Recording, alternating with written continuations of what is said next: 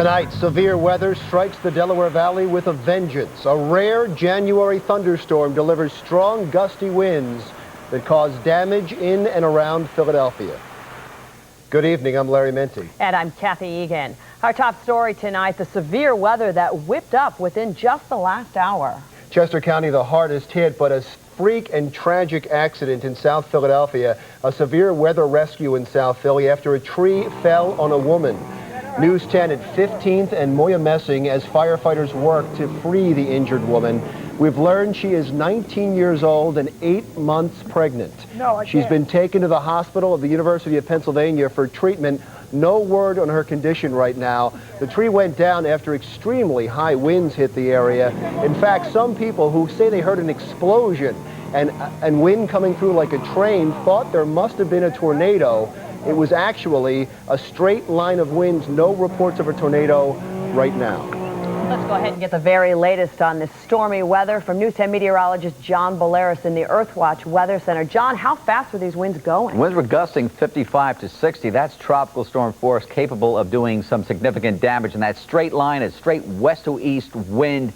Not a tornado, but straight line winds with a very strong and gusty cold front that moved through. Let's check out some of our Earthwatch graphics now. You can see the wind damage first being reported in Chester County. Winds gusting there 55 to 60. That was like between 3 and 4 o'clock in the afternoon. Then that line moved through the city between 4 and 5, including Wilmington, and then between 5 and 7 o'clock as we speak, sweeping towards the Jersey shoreline. There's the Doppler radar.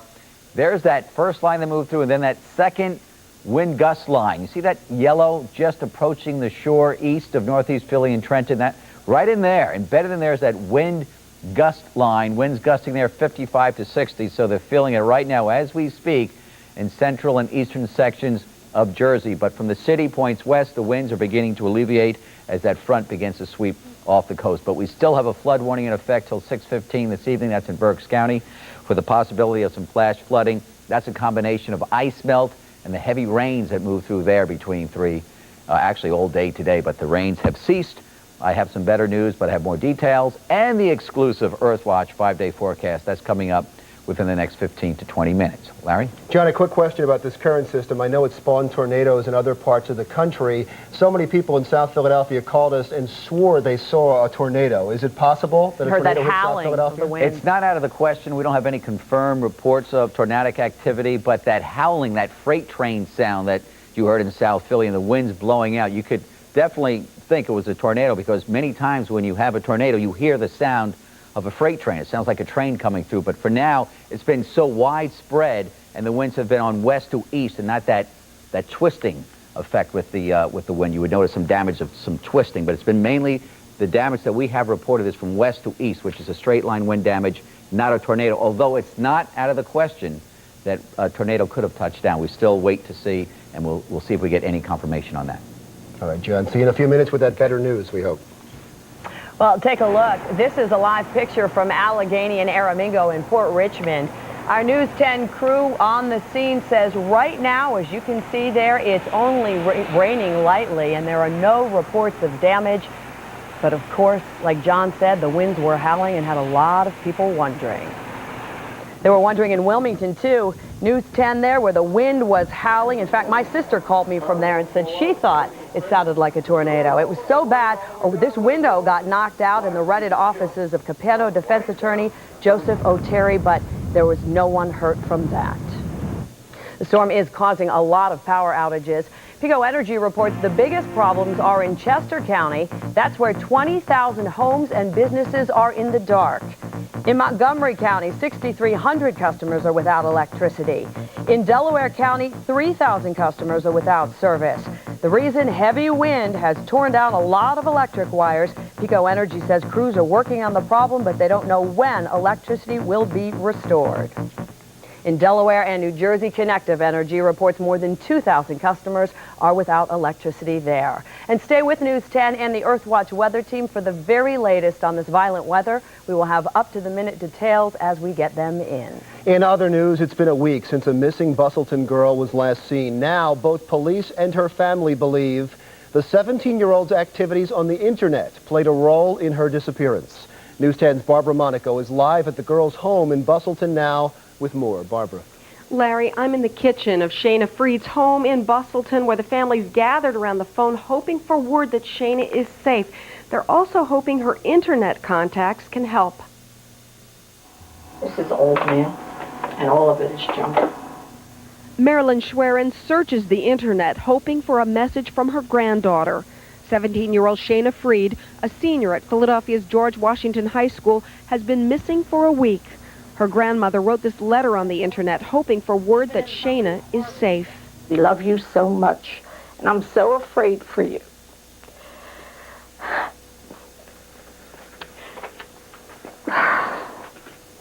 Grandpapa and I would do anything for you. You know that. Please get in touch with us. Shayna used the internet at her grandparents' house after her parents canceled their online service at home. They feared Shayna had become addicted. We stopped service in our home totally. We cut it off. Last year it was a big problem, and we felt that she was addicted to it. She was doing very poor in school because of it, and we told her that's it. It goes. Shayna and her parents went to counseling. Her grades improved. Then this year she became so-called commander of a medieval internet game. The kids created their own characters.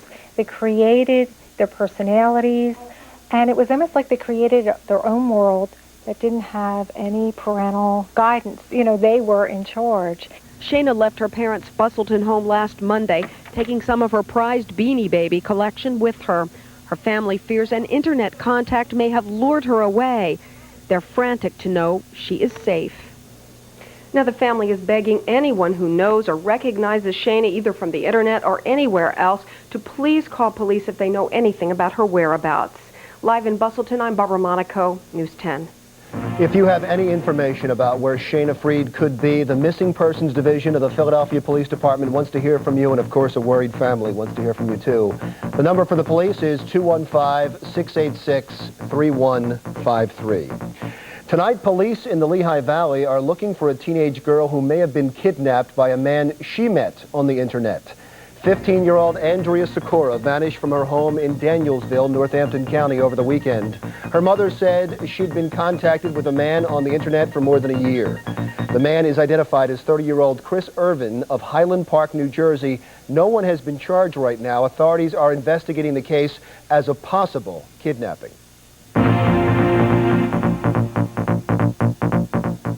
Tonight, Tom Capano's defense team says job one is keeping their client off death row.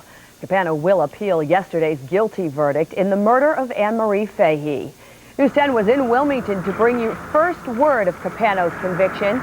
These were the pictures of the once powerful Wilmington lawyer as he left court shortly after learning his fate.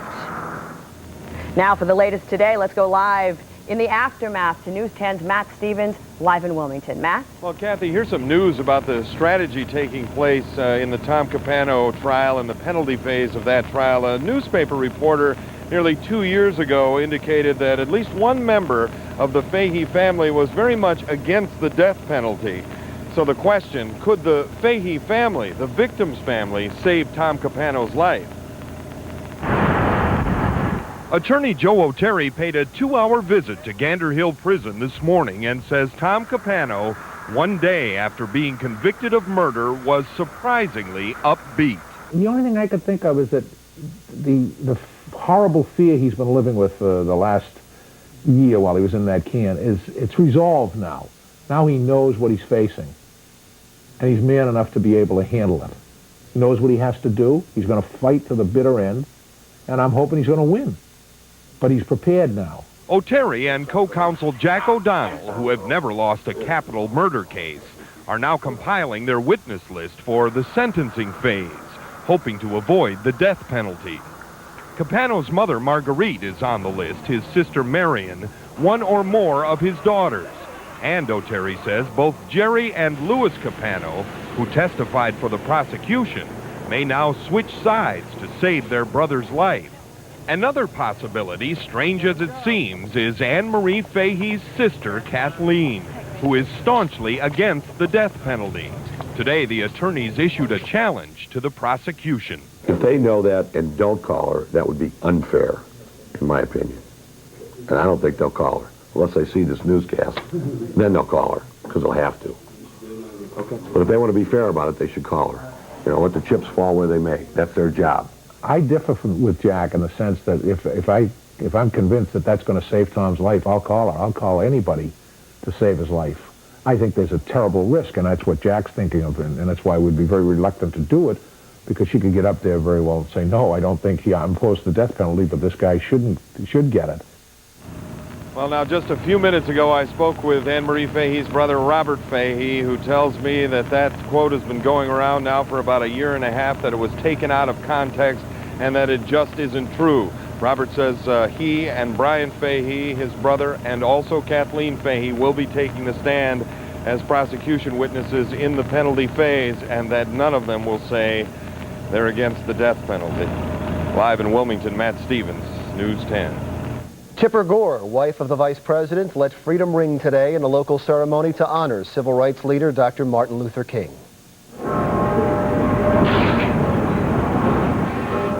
News 10 at the Liberty Bell Pavilion for the 17th annual National Liberty Bell ringing. Mrs. Gore told the crowd she and her husband are committed to the same principles embraced by Dr. King: freedom, justice, and racial equality. News 10's Alicia Taylor looks at Martin Luther King Day through some young eyes. So it just didn't seem fair that people would not like him just for the color of his skin. These boys and girls were hanging on to this reader's every word as she read them a book on the life of Martin Luther King Jr. The old ways were going to change, and Dr. Martin Luther King Jr. would be the person who did the most to make those changes. For many parents, it was a way to teach their kids about Dr. King. 11-year-old LaToya Davis says she learned a lot about the slain leader. How he worked so hard to get blacks and whites to come together. The 5 through 12-year-olds also learned about the civil rights movement. I learned that Rosa Parks was sat on the front of the bus, but they took her to jail because blacks wasn't allowed on bus, so they had boycott. And to make the stories come alive, the readers involved the kids in the storytelling. Rosa Parks. Anybody know that name? What did Rosa Parks do? Come on up and tell me. In the end, all of the kids agreed that the world would be a better place with Dr. King in it. And you still be preaching us that we should live like brothers and sisters, even though we different races or different colors, we still should be together like a family. What do you think it would be like if he was living today? There would be happiness and joy. It would be happiness and joy? Do you think that we would have violence and all of this other bad stuff if he was alive? No. In Center City, Alicia Taylor, News 10. We're learning more about the damage from this late afternoon storm. When we come back, we'll have details.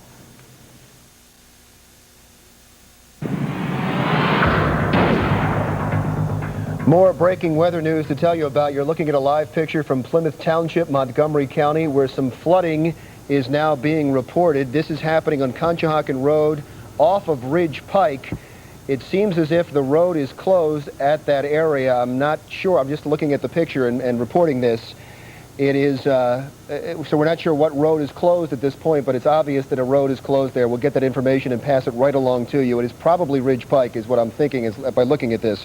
At this point, the flooding is not considered serious, but we'll keep an eye on this and we'll let you know if there's any change. By the way, aside from these road closings, as this one in Plymouth Township, there is no SEPTA regional rail service right now, so the weather emergency as the severe weather moves through the area continues. This, by the way, we just got information, and it's Conshohocken Road that is closed down. This is Conshohocken Road. There is also flooding at Ridge Pike at Conshohocken, so you may want to avoid both Conshohocken and Ridge Road because of this flooding.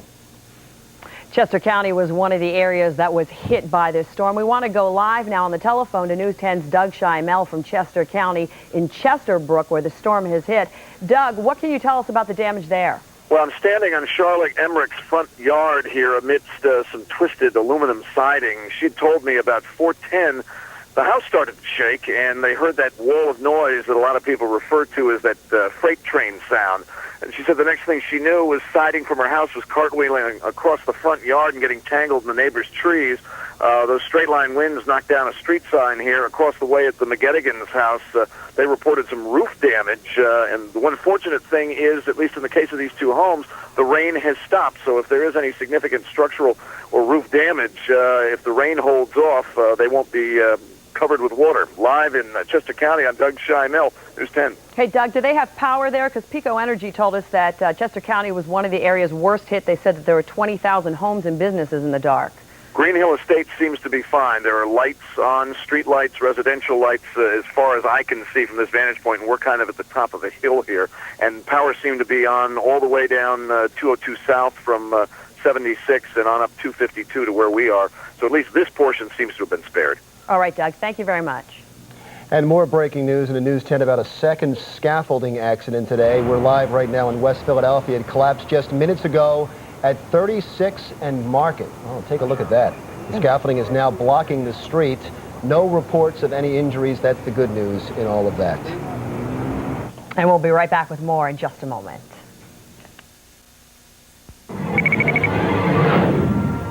Coming up on News 10 at 11, we're tracking the damage left behind by the vicious wind that's pounding our area. We'll bring you a live update. Plus, the very latest on power outages and service disruptions on SEPTA. Stay with News 10 for up-to-the-minute coverage of the storm tonight on News 10 at 11.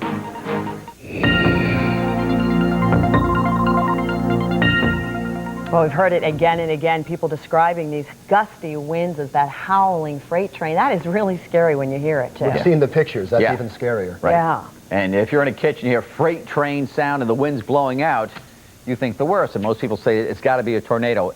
I think for the most part, no, it's not a tornado. It's what we call straight line wind damage. I'll explain that, what I mean by straight line wind damage, in just 1 minute. Let's check out our WeatherNet sites and see what's going on. Although it's not totally out of the question mark that our tornado could have dropped down, but we still haven't had any confirmed reports of that.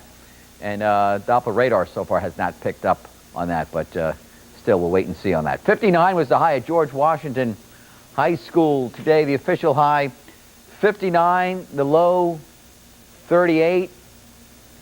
Temperature right now 46 degrees. If I can see it right in that camera, it would help me out a little bit, guys, up there in that crazy control room now.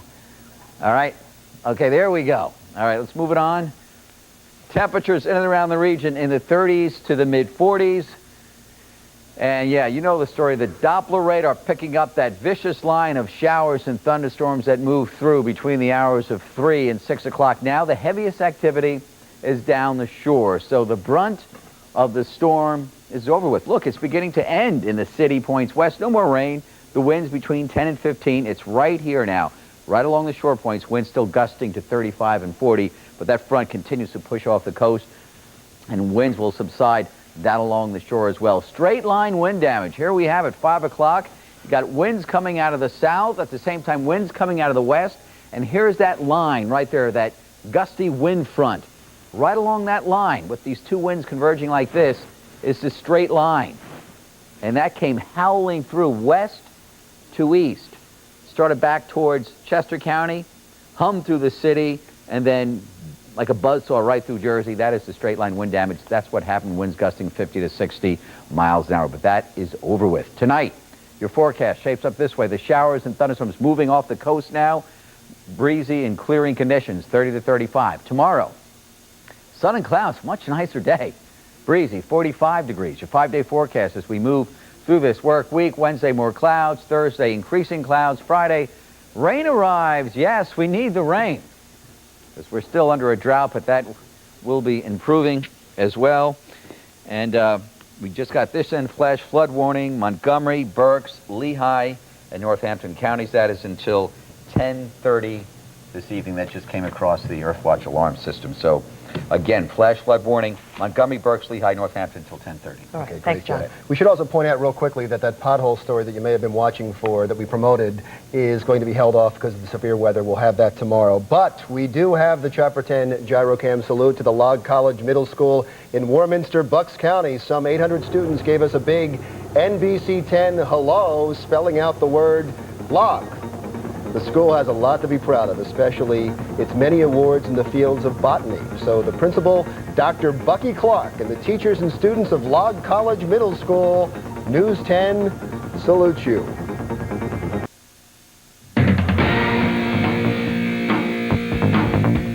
Okay, it's not breaking news, but it's big news. Super Bowl 33. We're not breaking here, but I'll tell you what, the Super Bowl in 2 weeks. We're going to find out more about these players than we probably care to know, whether they like sushi or steak.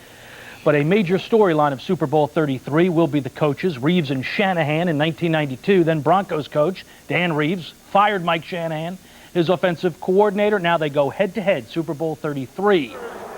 Atlanta champs of the NFC. We had 2 years of cheeseheads. Now we have the Dirty Bird. Vikings, the highest scoring team in NFL history, and they got off to a great start. Randall to Moss. Moss had 6 catches, but in the second half, he disappeared. Here is Felicity. Just over 2 minutes to go in regulation. Gary Anderson, 38-yard field goal attempt. He's made 46 straight. That's Morton Anderson with the game winner. 30-27 in overtime, the Falcons. This team is more than Jamal Anderson. Anderson just 67 yards rushing. He couldn't believe the Falcons were such heavy underdogs. They were underdogs by 11 points. You're taking a look now, AFC Championship game, Bill Parcells and the Jets. They led Denver 10-0, but they lose as Terrell Davis, Mr. MVP. A pitch out here. He goes 167 yards on the day. Broncos 23 unanswered points. 23-10 Denver wins. Elway will become the first quarterback in NFL history to start 5 Super Bowl games. More than Bradshaw, more than Montana, more than Jim Kelly. Amazing guy. That's News 10 at 6. Thanks for joining us. I'm Kathy Egan. And I'm Larry Menti. NBC Nightly News with Tom Brokaw is up next. For Dan and John and all of us here, have a good night.